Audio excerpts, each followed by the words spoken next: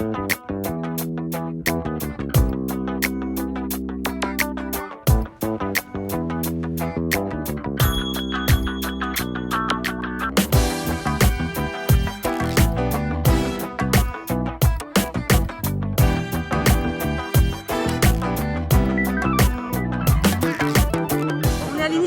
on avait déjà prévu de venir remettre une lettre au maire du 11e que nous essayons de contacter depuis le 9 juin.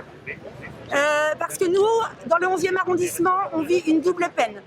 Nous avons beaucoup de bars, beaucoup de restaurants. Nous sommes les premiers acteurs économiques du 11e arrondissement.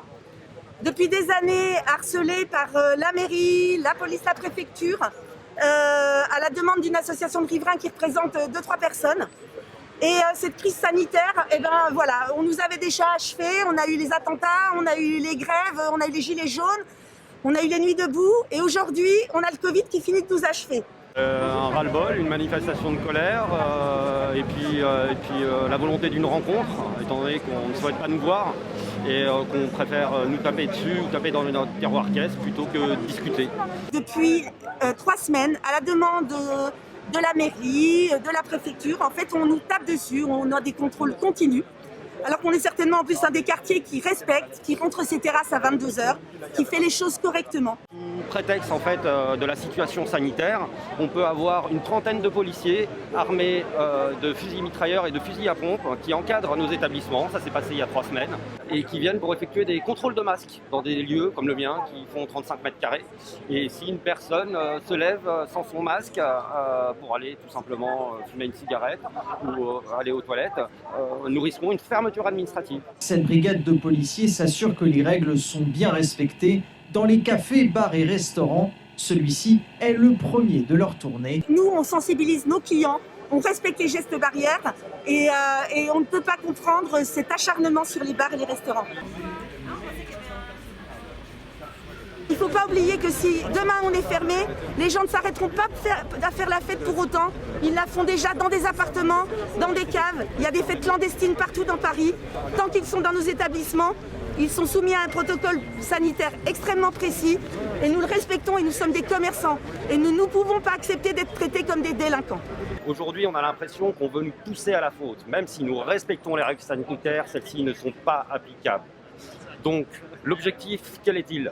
Très certainement nous fermer administrativement pour que nous ne percevions plus les aides administratives, les aides chômage. Ils veulent se débarrasser de nous, tout simplement. C'est honteux ce qu'on est en train de vivre et notre manifestation n'est pas en rapport avec la fermeture à 22h qui aura lieu lundi, mais ce qu'on vit depuis 3 semaines, 1 mois, c'est-à-dire l'impossibilité de travailler dans nos établissements. Aujourd'hui, on nous demande de faire la police. Ce n'est pas notre métier. Il y a des règles sanitaires à appliquer, nous les appliquons. On ne sait pas comment on va survivre. Et nous, on représente énormément d'emplois non délocalisables. Et c'est... Si nous, on disparaît, mais c'est des millions d'emplois qui disparaissent. Est-ce qu'ils veulent nous couler tout simplement et transformer notre quartier qui est déjà gentrifié ? Ou bien c'est simplement un harcèlement quotidien avec une peur du Covid ? Mais je ne crois pas à cette dernière version. Nous allons tous aller jeter notre clé devant le pavé.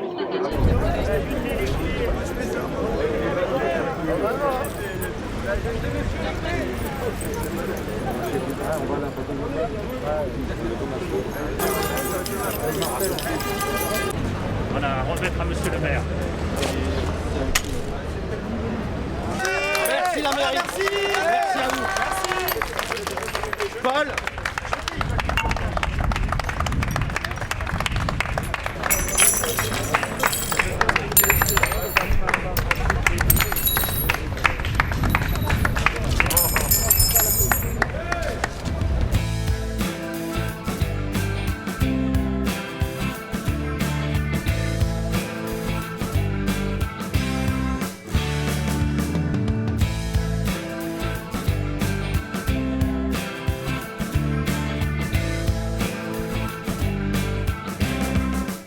Plutôt content de la mobilisation, parce qu'il faut dire qu'on n'est que un quartier du 11e, et il y a quand même pas mal de monde qui est venu représenter, on va dire, voilà, notre problème. Je ne veux même pas dire un combat, parce que c'est notre problème d'existence. Voilà.